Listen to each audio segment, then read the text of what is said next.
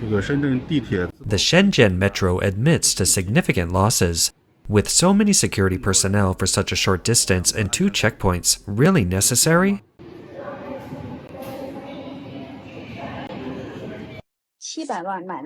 In 2017, my husband and I spent $1 million on a 136 square meter condo in Yangzhou. But now it's hard to sell for $280,000. Because of this condo, our lives are severely impacted. Most importantly, my husband was laid off in early 2024. His secure job is gone. A 40-year-old man with no money and a mountain of debt. How can we live? Hey sisters, the sky is falling. I bought this condo last year for $2,200 per square meter, and in less than a year, it's now down to $1,700. A complete loss of $56,000. My husband and I are devastated, heartbroken, and hopeless. Just thinking about this makes me incredibly sad. For over 2 decades, the subway was once considered a crucial symbol of a city's modernization. Local governments have rushed to invest huge sums of money, vigorously promoting the construction of new lines in a bid for political success. However, with years of losses and mounting debt accumulating, subways are becoming a heavy burden on local finances. After seeing this image, I finally understand why the Beijing subway is losing money.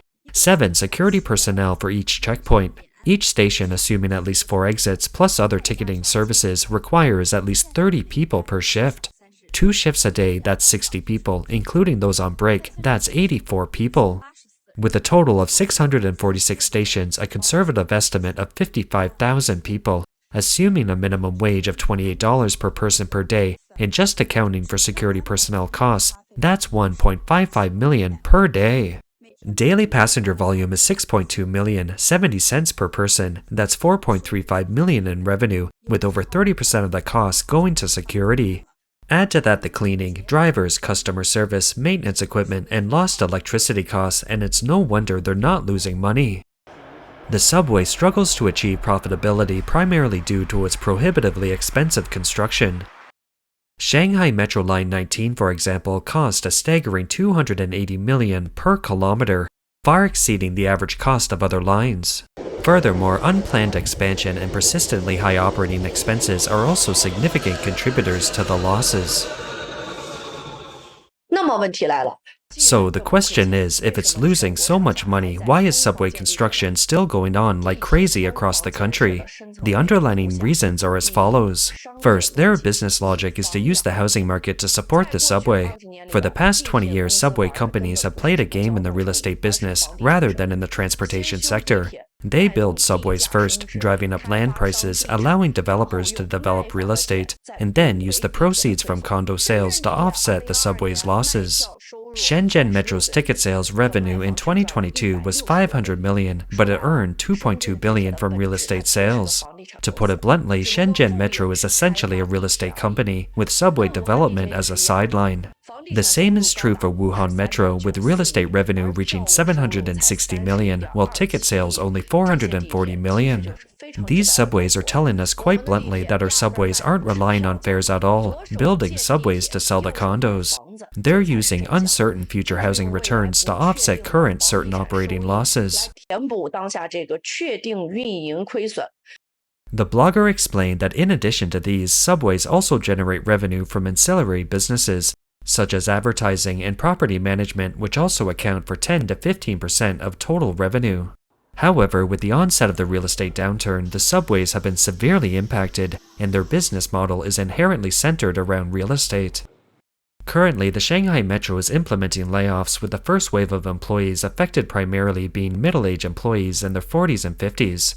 The compensation package is based on a combination of N+5 plus 10,000 yuan, where N refers to the employee's years of service plus 5 months' salary and $1,400 in cash compensation. Why lay off long-time employees? The company has clearly calculated the figures. Those employees generally earn between $1,100 and $2,100 per month, while newly hired bachelor's degree graduates start at just $560. Laying off 2,000 veteran employees will save $14 million in labor costs annually. This represents a significant boost for Shanghai Metro, which has been struggling on the brink of profitability. 上海地铁裁员了。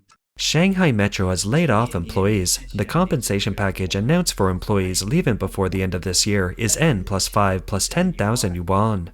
All employees leaving before September 30th will receive this compensation. Li Xin, a pseudonym, a senior employee of Shanghai Shantung Metro, revealed to overseas media that while the compensation for his layoff appears substantial, it's difficult for people in their 40s and 50s to find suitable work after losing their jobs. In a city like Shanghai, this compensation can only cover basic living expenses for about 3 years, and the individual also bears social security contributions. Shanghai Metro Company officials stated that with the technological upgrade of subway trains, many lines will gradually become driverless by 2028, and that this will lead to significant layoffs of outsourced workers and station attendants. Shanghai Metro laid off 2,000 employees due to losses and the need to replace manual labor with AI. Honestly, when I read this news, my heart skipped a beat. The current economic climate is harsh and many companies are struggling. Some are closing down while others are starting to lay off employees and replacing manual labor with AI machines. Even places like the subway, once considered a safe haven, are now laying off employees. Have you noticed online that many middle-aged people are turning to self-media not because they love making videos, but because they simply have no work to do? If this pace continues, why do we even have and raise children? Unless your child is a genius, what can they do when they grow up? Shenzhen Metro Group, once known as China's most profitable subway company, reported a rare loss in the first half of this year, its first financial deficit in a decade. Even more devastating is that Shenzhen Metro Group has already lost 4.7 billion by 2024, largely due to losses from its Vanke equity investment. Why is Shenzhen Metro so dedicated to Vanke Group? Because it's Vanke's largest shareholder, holding a 27% stake. In 2017, Shenzhen Metro spent 9.3 billion to acquire these shares. Now, if Vanke collapses, this investment will be entirely down the drain. Therefore, Shenzhen Metro is now in a difficult position and can only continue to provide financial support. With housing sales stalling, China's most profitable subway system was impacted for a year, losing 5 years' worth of profits. Recently, the Shenzhen Metro Group announced a 4.7 billion loss last year. Consider that from 2019 to 2023, Shenzhen Metro earned a total of 3.8 billion in net profit, losing 5 years' worth in 1 year. Is it because no one rides the subway? Last year, Shenzhen Metro carried over 3.1 billion passengers, a record high. Its subway business, which also includes rail operations, generated nearly 1.8 billion in revenue last year, a 26.7% increase. The losses are primarily attributable to real estate and Vanke. In 2017, Shenzhen Metro Group invested 9.3 billion, becoming Vanke Group's largest shareholder and still holding over 27% of Vanke's shares. The blogger noted that Vanke was initially very supportive, distributing dividends to Shenzhen Metro Group annually. From 2017 to 2022, Shenzhen Metro got 2.7 billion in dividends, making it China's most profitable subway company, despite widespread losses among subway companies nationwide. Due to the real estate market downturn, Vanke faced severe debt difficulties, which also affected Shenzhen Metro Group. Last year, Vanke suffered a net loss of 7 billion, and Shenzhen Metro's profits plummeted as a result. To save Vanke, Shenzhen Metro continued to provide financial support, injecting 1.45 billion into Vanke this year alone. Seriously, every time we take the subway, we're helping Vanke survive. Just recently, Shenzhen Metro lent Vanke another 290 million. In the 9 months since the beginning of this year, Shenzhen Metro has lent money to Vanke 8 times, a total of 3.6 billion. Do you think Shenzhen Metro is in a bit of a bind now? With so much invested, it's impossible to cut losses. They have to wait until Vanke recovers, otherwise if Vanke collapses, all their previous investments will be wasted. The blogger said that Shenzhen Metro has no choice but to save Vanke because the sunk costs are too high. Shenzhen Metro currently owns close to 30% of Vanke's shares, which accounts for over 10% of its total assets. Since investing heavily in Vanke in 2017, Shenzhen Metro has invested nearly 14 billion. So, will Vanke finally recover? Currently, Vanke is in a deep hole. In the first half of this year, it suffered a massive loss of 1.7 billion. with sales plummeting by nearly 50%. This is despite Shenzhen Metro's continuous financial support. Without it, Vanke would have been wiped out long ago. In 2024, Shenzhen Metro's annual passenger flow reached 3.1 billion, the highest in China, yet it still lost 4.7 billion. This blogger agrees that the Shenzhen Metro relies on real estate, surrounding income, and government subsidies for support. However, with the real estate crisis, the Shenzhen Metro has also been severely impacted. Our current construction industry, in particular, may be nearing its end. Why do I say that? Shenzhen Metro's profit model is a combination of rail and real estate. Housing prices are rising in areas where the subway is located. They make money by selling land and supporting facilities, not from ticket sales. Last year, ticket sales probably totaled 2.8 billion, while Beijing sales were 1.3 billion. They operate purely on subsidies. After the 3 red lines were announced in August 2020, the real estate industry has been struggling.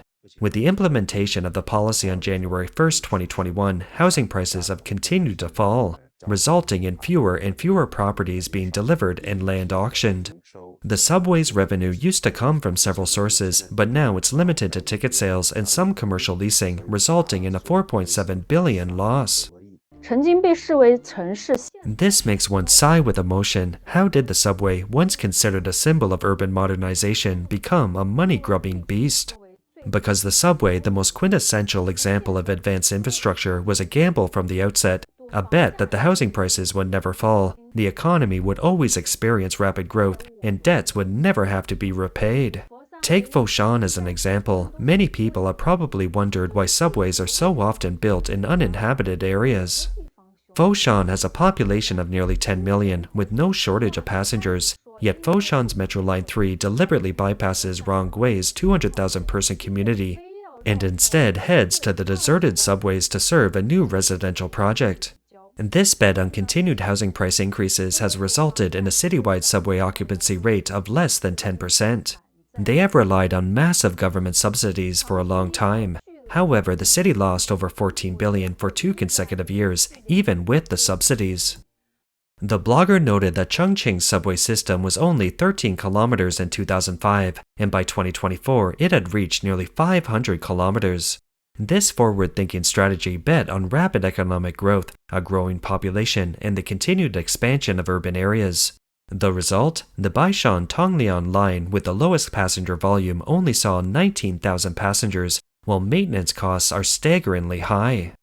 The root of this wave of subway losses is a multi-year game of musical chairs. The formula is simple. First, plan the subway, then drive up land prices along the route, then sell the land at high prices, using the revenue to subsidize subway operations. Then new lines are added, the subway continues to expand, land speculation continues, and money borrowing continues. In an era of rapid economic growth and ever-increasing housing prices, this model was a perpetual motion machine. But now the game is over. When land finance recedes, these overbuilt subways face only 3 outcomes.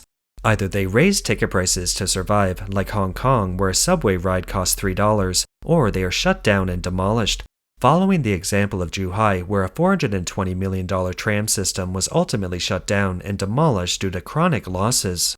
Another outcome is to follow Foshan's power outage model, reducing costs and increasing efficiency. This isn't just a predicament for the subway, it's a microcosm of the entire era of China. Prosperity fueled by bubbles will eventually have to pay the price.